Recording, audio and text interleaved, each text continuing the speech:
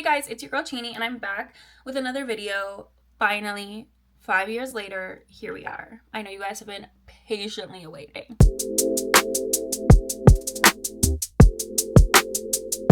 So yeah, like I said, it's been 5 years since I posted. Even then I wasn't posting consistently. It was like once every 6 months. I really want to start taking YouTube seriously. This is something I've always been interested in. You can scroll back to like 9 years of me posting on this channel. I have another channel that I had to bury that was so embarrassing from when I was a preteen, like 12. So this has always been something I'm really interested in. I love that nowadays, like, it is a career for a lot of people. That's not what I'm saying for myself, but I love that a lot of people are able to do that. So with me reinvigorating this YouTube channel, I just wanted to like catch you guys up. A lot of life has happened. A lot of growing up has happened. I honestly didn't really get really vulnerable previously on my channel, and a lot of the things that have happened in the last little bit are things that like even my family and close friends aren't aware of. So maybe this will be more for you guys than anything, and maybe it's just therapeutic for me more than anything, but I can't think of a better way to get back into the swing of things on YouTube than just catch you guys up, let you know where I'm at, and here we go. Okay, so when I turned 18 in 2016, I graduated like the next month from high school and I moved to Toronto with my then boyfriend. That was very short-lived.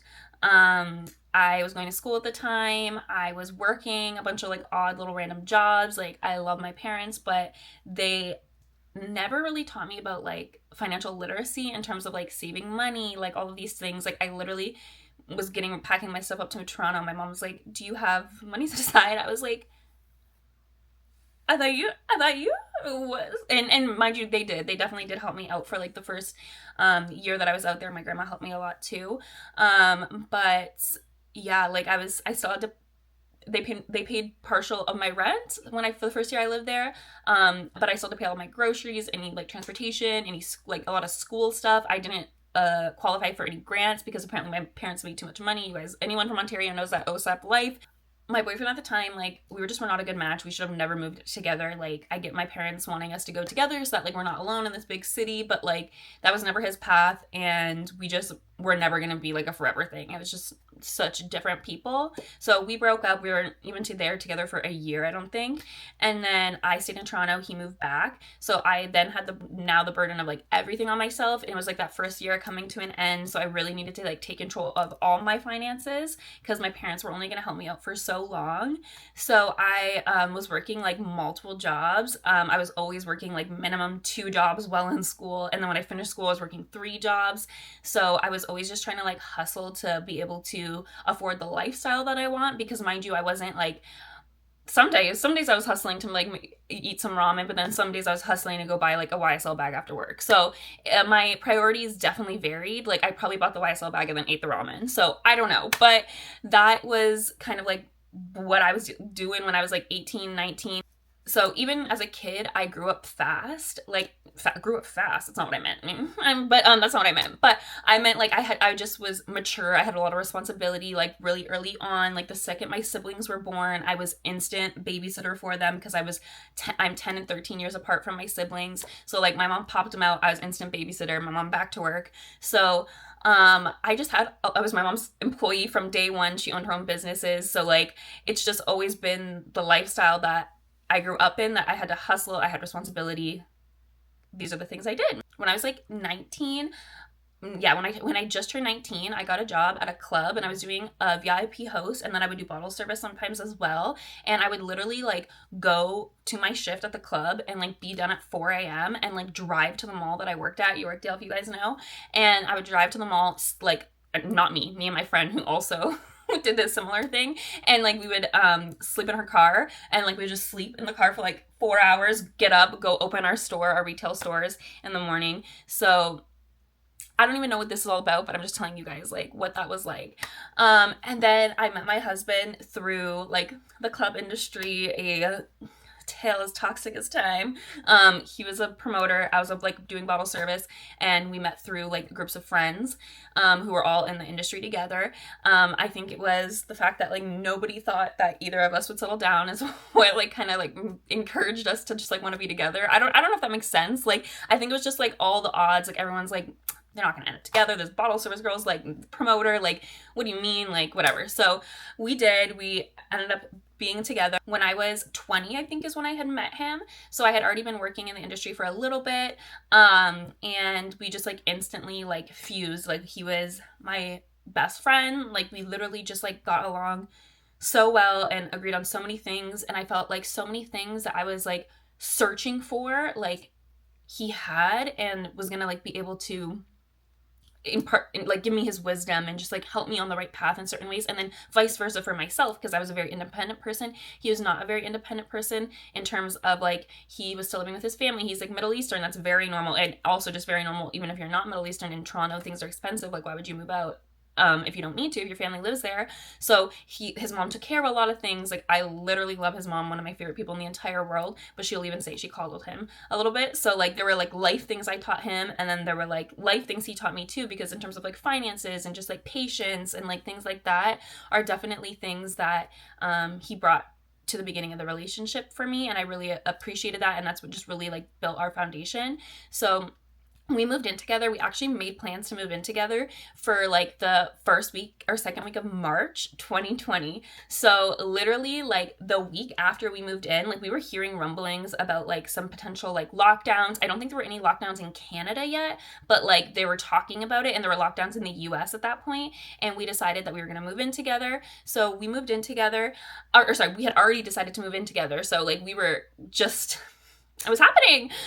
So we basically like got locked in for like the COVID time. I feel like that was like really make or break for a lot of people. A lot of COVID babies were made. Thank God, not us. But we just kind of got locked in, and it did, you know, make us. It did not break us. If anything, it brought us closer together.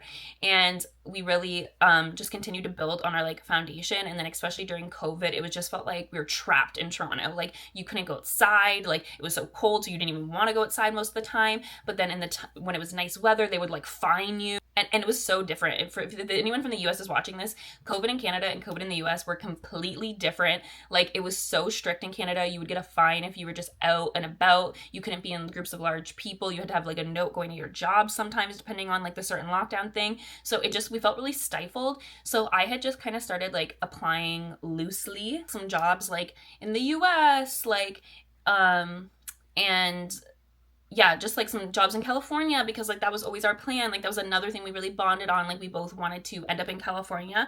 I'm American, my husband's not. I don't know what his plan was before he met me, like how he thought he was gonna get there.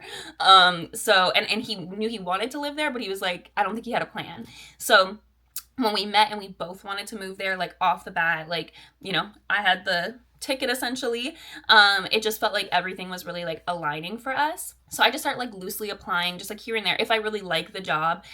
In the summer of 2020, we ended up getting engaged in Niagara Falls, so that was really nice. It was really cool because it was like one of the only times I've ever been to Niagara Falls where there's literally nobody there because of the COVID, because of the lockdown, because of like everything like that. So it was just like a really like magical, like nice moment for us, and I was really, you know, very happy with the situation and very happy with the trajectory and like where my life was going, our life was going.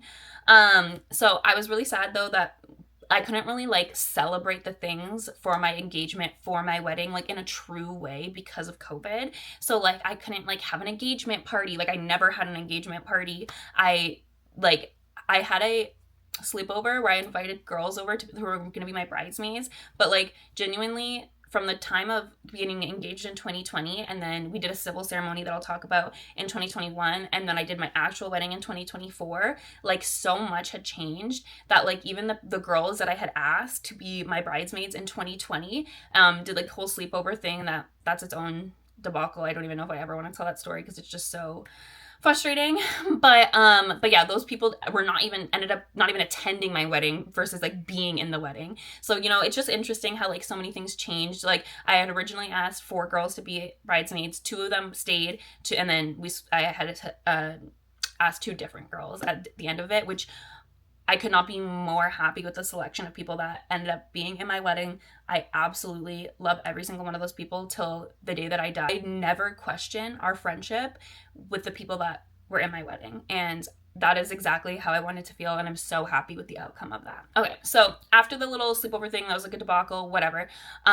early 2021, I get a job offer from the US. They want to move me out to the US. They want to move me to California, to SoCal, and they want me to be like a retail implementation manager where I basically open all these cannabis stores from the ground up. I help them with like the licensing. I literally hire the full staff, store managers, get them fully set up visual merchandise wise. So like I'm fully like creating the, like, I'm the only retail person honestly involved in this operation. Did not know that at the time, but when I get there, this is actually a crazy story that I maybe will tell. And the thing with this too is like the grants, the licensing, like all of this is very time sensitive. So like they gave me basically like 35 days from the offer day to be in California. So I literally had to like pack up this house that I had lived in for like 7 years, my apartment that I lived by myself for 7 years, the last year with my boyfriend, my fiance, and moved to a place I've literally never been before in SoCal. Yeah, so we had to do that. So that was like super crazy, and it was just like go, go, go. Thank God, love my in-laws and my husband because like they're the ones who really packed up this place that I lived in for like majority of my life. So like that was so crazy because most of the stuff wasn't even theirs, and I didn't even know what to do with it. And I'm a hoarder, so I really appreciate them for that. That was very, very nice. So we get out to California, and this like truly feels like a fresh start for us, like especially going from Toronto where everything's so locked down, like it's very flat, like the landscape is so vastly different, like the people are different, the food is different, like the options are different, like everything is just so different in Canada versus the United States. And like some, you wouldn't think that, but there it really is, like in ways you don't even think of. So moving out here was like probably like the hardest thing that I've ever gone through in my life. We've probably put like close to maybe like 50, no, maybe like 60, 70K into this move of us like being able to be out here, like great, like lawyers for the immigration process for my husband, you know, fully moving out here, like getting a place, getting a car, like doing all of these things is like crazy. So this has been like a exciting experience, but like a really challenging one, honestly. And even now, like it's challenging. The thing is like I love SoCal and I love the weather, like genuinely love the weather. Like the sun is like the best possible therapy for me. Like I crave just like sitting in the sun and like baking away all day, every day. Like that's what I would do if I could. I love all the camping. I love all the nature. I love how you can be in the same like country and you could like go to so many places that are like so vastly different. So I do love the US. But I will say other than like the weather, the landscape, and the money, I like every single thing more in Toronto. Like my dream life would be to be able to be like in Toronto for like maybe 5 months out of the year, 4 or 5 months out of the year, and then like be able to see my family in Windsor as well because it's so close. Like I just kind of lump them together. But and then be here the rest of the time, or like be able to have some of my family move out here or something like that. With that cannabis company I was working for, literally I really need to make it its own video, but it was a true shit show. My CEO was like a Navy SEAL, but I think he wanted to be an influencer. We had all these silent investors that were not silent, people like cutting ceilings in the building and the cutting holes in the ceilings of the buildings to like steal money out of the safes, like literally like crazy shit that actually would be like a really good video. So I'm gonna have to tell that story, but that was short-lived. I was with them I came out in June, and then I was done with that company in like I believe beginning of February. And then I was reached out by my current employer, which is like a huge company. If you know, you know. I'm not gonna spread it everywhere, but a lot of people do know. But I currently work there. I've been there for 4 years now, almost no, it'll be 4 years in February. And in a career for HR. When I was working with a startup company, I literally did everything, like recruiting, hiring, all the California compliance, like all of these things. So when I was describing the things that I was really passionate about while, you know, interviewing with this company, even though I was interviewing for a completely different position, they were like, no girl, like you are an HR manager through and through. Like this is clearly what drives you. So I'm honestly so happy for that. Like that is like one of the probably best things that to me that has come out of us moving here is that like I know like HR is something that I love so much. So that is definitely like my career path for like the foreseeable future. So then now fast forward to now where we're still trying to figure it out. Like it took my husband a long time to get his paperwork to even work. So like that was like a struggle in itself, like just being out here where he would be like making money in Canada, but like number one, the dollar's shit, and like number two, there's only so much you can do. And then like the other thing is like sometimes we think about like wanting to move. Right now we're in San Diego, and but we think about moving to LA a lot, and like that was our original intention. But like the job security of my current job is just so good, and like the number one thing is the vacation time, to be like totally frank and honest. Like I don't understand these jobs nowadays that are offering like 100K plus jobs, like 6-figure jobs, and they're giving you 2 weeks of vacation. Like that seems criminal. Like I would take significantly less money to have weeks more vacation. So my current job right now, I have like 4 weeks of vacation, and I get like 5 floating holidays that I can like move around. And I'm about to hit 4 years in February. If I were to hit 5 years, then I would go up to just over 5 weeks of vacation with the 5 floating holidays. So it's just like, and like the year prior, I was able to get like 7 weeks off, the way that I manipulated like the days. Like, you know, I would put like a Monday in between my weekend and my Tuesday off, so I'd have like a long weekend, because my schedule is I work every other weekend and then Monday through Friday, which is an interesting schedule for an HR manager, but I honestly like it because of the way that I can manipulate the schedule, so I get more time off. So now let's get into the now of things. Yeah, like I'm not gonna lie, I'm totally 100% struggling. This is probably like, it feels like every year is like the worst year of my life, which I know probably doesn't make sense with like all these things I'm saying, but like for me, like feeling like comfortable, not like comfortable, but like secure is so important, and like feeling like I have a good idea and picture on my life and like what I want to do next and where I want to go is really important to me. And I cannot tell you that. Like I don't know. And I don't want to say that I regret the move, because like it gave me so many awesome experiences and so many amazing people. Oh my god, see, I knew I was gonna cry. I thought I was gonna get through it. Like so many amazing people that like I'm so happy I got to meet by being out here.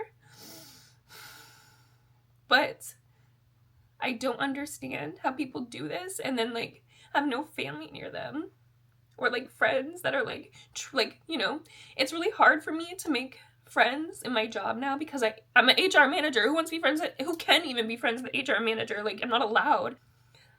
It feels like living without like a purpose, or like living like wasting away, if that makes sense. Because like I've realized over the last few years that like what matters the most to me is like the people that are in my life is like really what matters to me. And I know, like, I don't know why that had to click, but it really is, in my opinion, like who you know, not like where you go. And I know I might not even be using that in the right way, but I don't know, like whenever I see my people and whenever I'm back in Toronto and I see my people, I'm like, I feel like a different version of myself that like I miss. I just feel like I'm like surviving out here, like I'm on autopilot. I'm in like fight or flight like 24/7. So it just doesn't feel like there's any like settling that's gonna happen here. Like it doesn't, like I feel like I'm never gonna be able to buy a house here. I mean, not that I could buy a house in Toronto, it's freaking so expensive too, but it is cheaper and the dollar is less. So I don't know, it just feels like I feel sad. Like I feel like I abandoned like some of my closest friends, and like I love them so much for not holding it against me, because I don't know that I would feel the same. And I'm really sad because it's like like I said, my siblings are so much younger than me. So I've been out here just over 4 years. It was 4 years in June or July. And my brother's 17. He's going to turn 18 in February. And my other brother's 13. My little sister, who my mom adopted, she's just turned 11 just a few days ago. And it's just like, I feel so sad that I'm like missing so much of their life. And like, but it's like, it's so hard because we've invested so much to be out here. It's like, and my husband, like, I feel like I missed this huge part of all of this, but my husband does video production, and that's like a big reason that we came out here, is for him to do his work and his job and his passion that he's so good at. But it's just like, with no family, like nobody out here, is so hard. I can't even imagine having kids out here. Like, that's what's like kind of like fucking with me like the most too, is like how am I gonna have kids like this far away from like everyone I love? Like, it takes a village. Like, I grew up going to like family Christmas parties that were like 50, 60 people deep because of like how much family we had around us.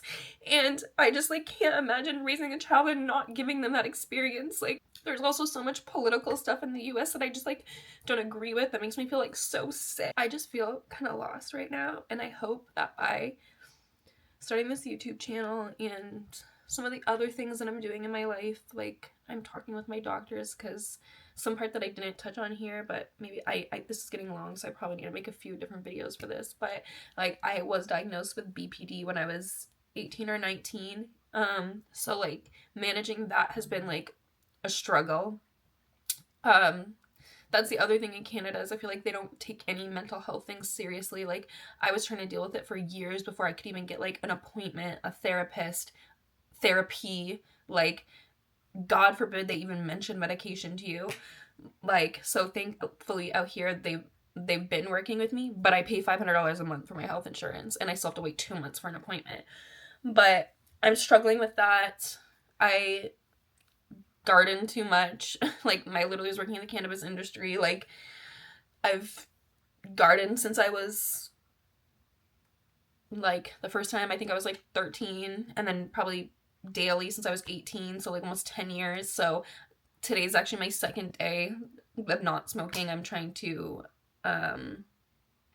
I'm going to do at least 30 days of like no smoking, no drinking, like no anything. I'm just like really trying to get my life together, because I'm sad, to be honest. I'm sad. I'm really sad, but I don't want to be sad. And I need to stop waiting for like somebody or something to fix this, because it's only me. Like, I'm the only person who can fix this for myself or save this for myself or make myself happy. I don't know if it's that frontal lobe developing or what, but my perspectives have like really changed on a lot of things. I always thought, like, growing up, my mom owned her own business and hustled a lot as well with other things like she would do. And to me, I just felt like growing up, I was like, oh, damn, like that seems like so stressful. Like, I really want like job security. Like, I want to work at 9 to 5. I want to have like health insurance. Like because I would see her struggle. Like, that's like kind of what, I don't know why, like that's what I would think. But now I'm like trying to figure out, like, I have like a few business ideas of myself that I'm going to try to pursue in this next few months, and just like see where I can take it, because like I feel like that is like the only true like freedom, is like by having like job freedom to like travel where you need to go. If anyone has any other ideas, like if there's any like remote jobs or anything, but like there's not a lot of remote HR jobs. They want you in person to handle this shit. But I don't know. I just like I saw that from my mom, and then but now as I'm older, I see all the benefits of it. I see that my mom was at every game for me growing up, every sport event, every dance recital. She helped me with every project. And like I see my peers who like work the same day as me, like go home to like pick their kids up from the daycare and tuck them in, essentially. So, and like that's just like doesn't feel like a life worth living. I'm sorry to people, like I'm sure they're not happy with it either, but like I want to be intentional and I want to make the right choices, and I just feel like I don't know what they are yet, but I need to figure it out, because this version of my life and like this version of me that I'm like sitting with right now, I do not like.